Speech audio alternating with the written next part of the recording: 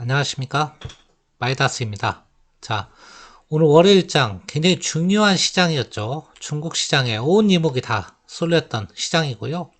뭐 예상대로 시작하자마자 급락 출발했죠. 중국 시장은 마이너스 8.73%로 이제 출발을 했고요. 뭐 선전지수 같은 경우는 한 9% 넘게 폭락하면서 출발을 했는데요.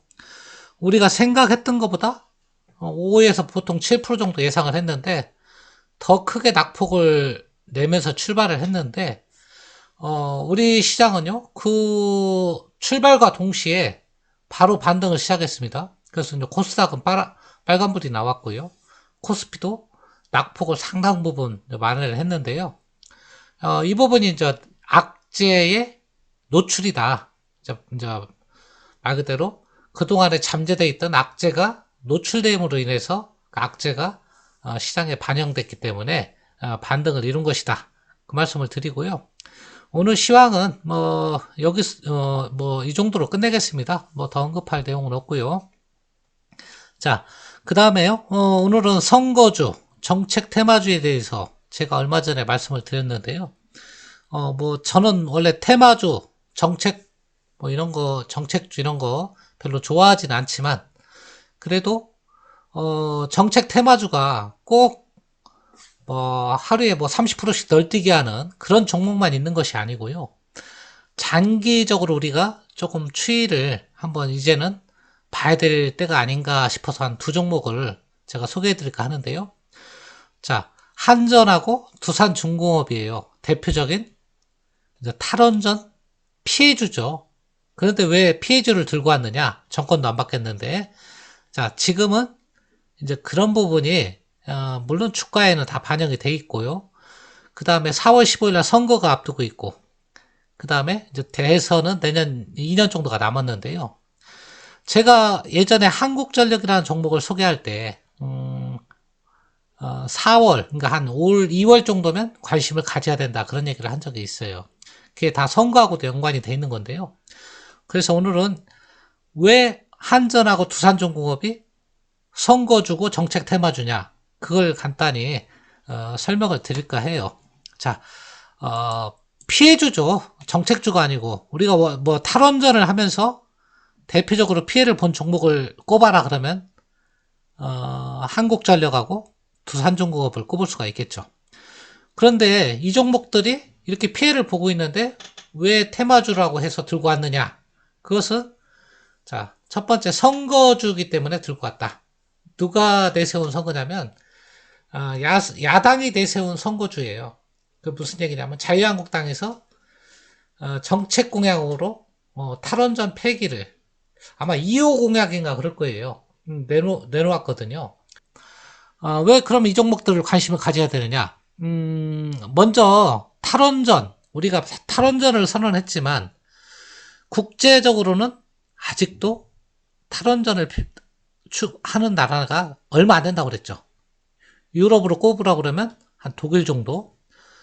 영국도 탈원전 했다가 포기했고, 아시아만 봐도 대만도 탈원전을 하다가 포기를 했잖아요. 그래서 뭐 아마 탈원전을 꼽아라 그러면 뭐 아시아 쪽에서는 나 한국, 유럽 쪽에서는 뭐 독일 정도 되겠죠. 근데 이제 독일은 프랑스로부터 전력을 공급받을 수 있는 거고요. 대만은 그게 안 되기 때문에 탈원전을 포기한 것 같고, 영국도 마찬가지 섬나라기 때문에 탈원전을 하려고 했다가 포기한 것 같아요. 자, 그러던 영국이 이제 원전을 다시 짓기 시작하는데요. 우리나라에서 탈원전을 선언했지만 원전 세일즈는 계속되고 있는 거 알죠? 성과를 못 내고 있지만 체코를 방문한 적도 있고 수주를 못했죠, 사실은. 왜 그러냐면 우리나라가 탈원전 국가이기 때문에 니네가 탈원전 하면서 어떻게 니네 원전을 수출하려고 하느냐 이런 것 때문에 아직은 성과를 못 내고 있는데 최근에 이제 영국에서 지금 원전을 한 10기 정도를 짓는다고 그래요. 10기. 짓는 비용도 수조 원 들어가지만 운영권 해가지고 몇십 년 동안 거기서 빼먹을 수 있는 게 상당히 많다고요. 그 다음에 이제 한국은 차세대 원자로라고 보통 하죠. 한국형 원자로 기술을 갖추고 있고 아랍에미레이트 뭐 바라카 원전인가요? 거기에 이미 다 건설도 해봤고 기술력은 다 세계적으로 검증돼 있는 나라다. 그리고 전 세계적으로 원전을 지을 수 있는 나라는 5개 국가 정도밖에 안 된다고 그랬죠. 미국, 프랑스, 그 다음에 러시아, 중국, 한국, 뭐 일본 이 정도가 전부예요. 그런데 만약 영국 같은 데서 발주를 낸다고 하면 경쟁자는 확 줄어들죠. 왜 그러냐면 일단 러시아 탈락, 중국 탈락이죠. 그러면 뭐 일본도 좀 탈락할 확률이 크죠. 안전성 뭐 최근에 사고도 있었고 하니까. 그러면 한국하고 프랑스가 거의 유력해요. 아랍에미레이트에서도 프랑스하고 경쟁을 했잖아요. 그러니까 2분의 1이에요, 확률은. 그러니까 굉장히 우리가 조금만 노력하면 따올 수 있는 거예요. 바로 옆에 아랍에미레이트에도 수십 개 원전을 우리가 성공적으로 건설을 했기 때문에 검증이 됐고요. 자, 두산중공업, 한전 KPS 등 이제 원전 기업 그동안은 이제 극심한 피해준대요. 영국의 원전 수출을 이제 원전 재가동 말 그대로 건설을 계기로 한번 우리가 관심을 좀 가져봐야 될 시기가 아닌가 그런 생각도 들고요. 두 번째로는 영국 얘기 좀 해볼까요? 또 영국이 건설한다고 하는데요. 10기 정도를 건설한다니까요. 엄청난 금액이에요. 금액으로 따지면. 그리고 영국에서 짓는 방식을 한번 보면요. 일단은 영국은 돈을 하나도 안 들이고 일단은 전력 가격을 이렇게 말 그대로 비싸게 사주면서 니네가 뽑아가라 이런 식의 건설을 한다고 그러고요. 지난 14일날 미팅을 했다고 그래요. 영국 원전 담당자하고. 이게 2017년 탈원전 선언하고 3년 만에 처음 있는 일이라고 합니다. 자, 그래서 브렉시트가 일단락됐고 영국도 이제 정치적으로 안정을 찾았기 때문에 원전 협상을 다시 시작했다. 그 말씀을 드리고요. 그 다음에 아까 영국 원전 건립 특징은 말씀드렸죠. 자금 조달부터 준공까지 전부 그 나라에 맡기는 거다. 그러고서나 니네가 그 원전을 운영해갖고 들어간 비용을 빼가라. 대신 그 원전을 일정 금액 이상으로 사준다는 얘기죠. 비싸게. 프랑스가 이미 1기를 수주했는데 이런 방식으로 수주를 했다.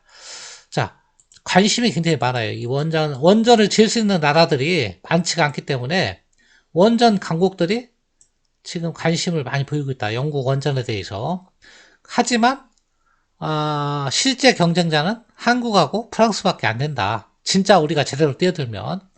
그랬을 때 수혜를 보는 것은 두산중공업이나 한국전력, 한전 KPS도 있는데 그냥 대표적으로 요것만 말씀드릴게요. 여기는 전기요금 개편하고도 관련이 있기 때문에 이렇게 설명을 드릴게요. 자, 관심을 좀 가져보면 좋겠다. 왜 그러면 이 한국전력이나 두산중공업을 관심을 가져야 되느냐? 일단은 탈원전에 대한 그 피해는 주가에 이미 다 반영이 돼 있다. 두 종목 다. 그리고 너무나 저평가산대에 빠져 있다.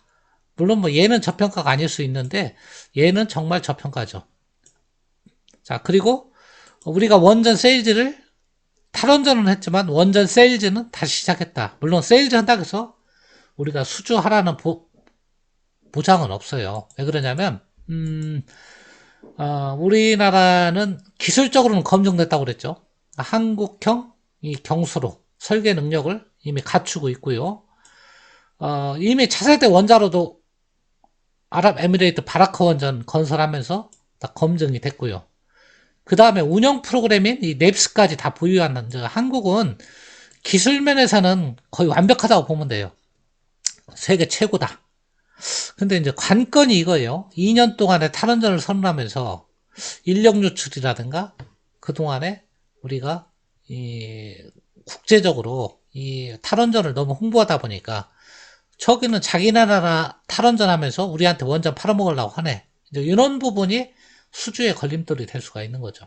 자, 이런 부분만 아니라고 그러면 확률은 2대1이다. 영국 원전이. 우리하고 프랑스밖에 없다. 실제적으로 수주할 나라가. 그래서 관심을 좀 가져야 될 때고요. 두 번째로는 이 영국의 원전 재개뿐이 아니고 원전이라는 것은 4천조 시장이라고 했잖아요. 전 세계적으로. 굉장히 많고 앞으로 시장도 굉장히 큰 시장이고요. 그리고 선거를 또 앞두고 있기 때문에 관심 있게 봐라. 왜 그러냐면 물론 4.15 총선에서 여당이 승리할 수도 있지만 여당이 승리한다고 해도 이미 이 종목들은 다 반영이 된 거다. 이미 탈원전은. 그리고 여당이 승리했어도 해외 원전 수주는 세일즈를 하고 있잖아요, 지금. 그러니까 그것은 또 수주할 수도 있는 거고. 반대로 야당이 승리를 했다, 4.15에. 그러면 일단은 정부의 탈원전 정책이 타격을 받을 수밖에 없고요. 왜냐하면 공약을 그걸로 내세웠기 때문에. 두 번째로 공기업 적자 문제. 그 전기요금 때문에 한전이 막대한 적자를 보잖아요. 그래서 더 이상은 이 전기요금 개편을 안 할 수가 없는 거예요. 이제 할 수밖에 없는 거예요. 그러면 한전은 이제 적자가 흑자로 돌아설 가능성이 크다. 그렇게 하고 2년 후에 만약에 정권까지 교체가 됐다. 그러면 공식 공약이 탈원전 폐기니까 다시 원전 가동을 할 수가 있는 거다. 자, 여기서 도덕적인 거요. 그 다음에 가치 판단적인 것은 좀 배제해 주시기 바랍니다. 왜냐하면 저는 그냥 주식만 얘기하는 거지, 원전 그거 지어서 뭐하게, 위험한 거. 이렇게 그런 판단은 배제하겠습니다. 그거는 워낙 찬반이 갈리기 때문에 원전을 지어야 된 사람도 있고, 원전을 폐기해야 된다고 주장하는 사람도 있기 때문에 그런 얘기는 빼도록 하겠습니다. 자, 그럼 주가 수준만 보고요. 마치도록 할게요. 주가.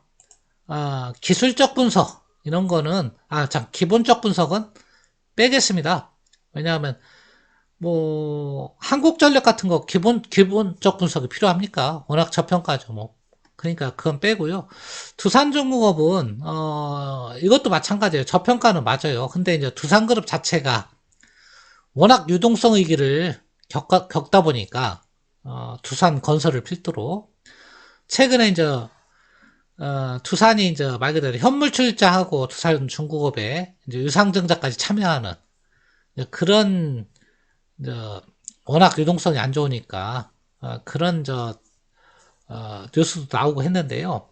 그런 부분이 이미 주가에 어느 정도 반영은 돼 있다, 다.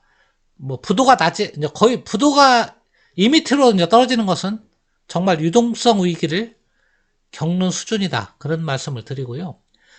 제가 예전에 탈원전의 비극이라고 하면서 두산중공업을 말씀드릴 때 9만원에서 9천원까지 떨어졌다 그런 얘기를 했는데 지금은 9천원에서 또 5천원까지 떨어졌어요. 사실 최고가는 한 16만원 갈 때도 있었지만 그 가격을 바라본다는 게 아니고 지금은 시가총액이 1조 정도 되는 아주 초라한 기업으로 바뀌었죠. 자, 두산중공업은 1조 정도 되는 건데 재무라는 게 큰 의미가 없어요. 왜 그러냐면 다 거의 적자잖아요. 이렇게 적자 최근에 의미가 없어요. 자산은 많죠. BPS가 18,000원, 2만원짜리니까 내년도에 좀 줄어들어서 그래도 13,000원이니까 현 주가는 자산가치 대비는 3분의 1 정도밖에 안 되는 거예요. 그렇다고 해도 이 두산중공업은 안정성 있는 기업은 아닙니다. 왜냐하면 부채가 좀 높을 거예요. 제가 부채 왜 그러냐면 유동성 위기를 겪었기 때문에 부채가 좀 높을 겁니다. 부채 비율만 한번 살펴보죠. 자, 부채 비율만 살펴보면요. 이제 300% 가까이 됩니다. 2018년 12월 말 기준으로 한 300%라고 보면 되니까요. 굉장히 안정성 면에서는 좀 취약한 기업이다. 이렇게 보시면 되고요. 유동성 위기가 반영됐기 때문이라고 보면 되고요. 기본적 분석을 한번 보면요.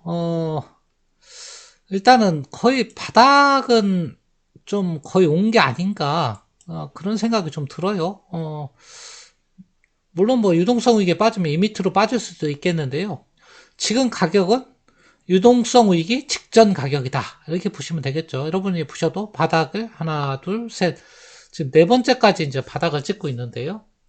바닥은 다졌는데 그렇다고 해서 바로 상승으로 턴할 것 같다. 뭐 그건 아닌데요.